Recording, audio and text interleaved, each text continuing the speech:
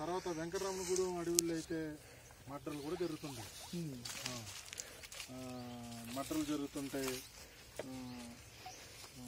అలా అక్కడైతే కాలేజీలో ఒకటి దగ్గర కదండి బాగా, దానివల్ల కొంతమంది బాగా చెప్పిన ఎన్నోసార్లు మేము కౌన్సిలింగ్ ఇస్తున్నా కూడా ఉంగుటూరు అడవిలో కూడా అంతే. అసలు ఎంత దారుణం అంటే చంపేసి ముఖం కనపడకుండా మాకు కనీసం నెలకొచ్చి ఒకటి అన్న దొరుకుతుంటుంది, కానీ ఏం చేస్తాం మేము మాత్రం. సో అడవిలోకి వెళ్ళేటప్పుడు కూడా ఎప్పుడన్నా ఎవరన్నా సరదాగా చూడాలనుకున్నా కూడా ఒక్కరికి వెళ్ళకూడదు, ఓకేనా? ఏంటి సరదాగా గ్రూపులుగానే వెళ్ళాలి, ఓకేనా? ఎప్పుడన్నా మీరు ఇది కూడా మీరు చాలా సింపుల్గా తీసుకోవద్దు, ఓకేనా? అంటే దోపచాలు అడవి కదా ఏముండదని అనుకోవద్దు, అదేనా? ఎప్పుడు గమ్ముని ఒక్కరు వెళ్దాము చూద్దాము అని కూడా అనుకోవద్దు. ఇంకేంటి మీకు ఏమైనా డౌట్లు ఉన్నాయా అడవుల గురించి చెప్పండి, అడగండి.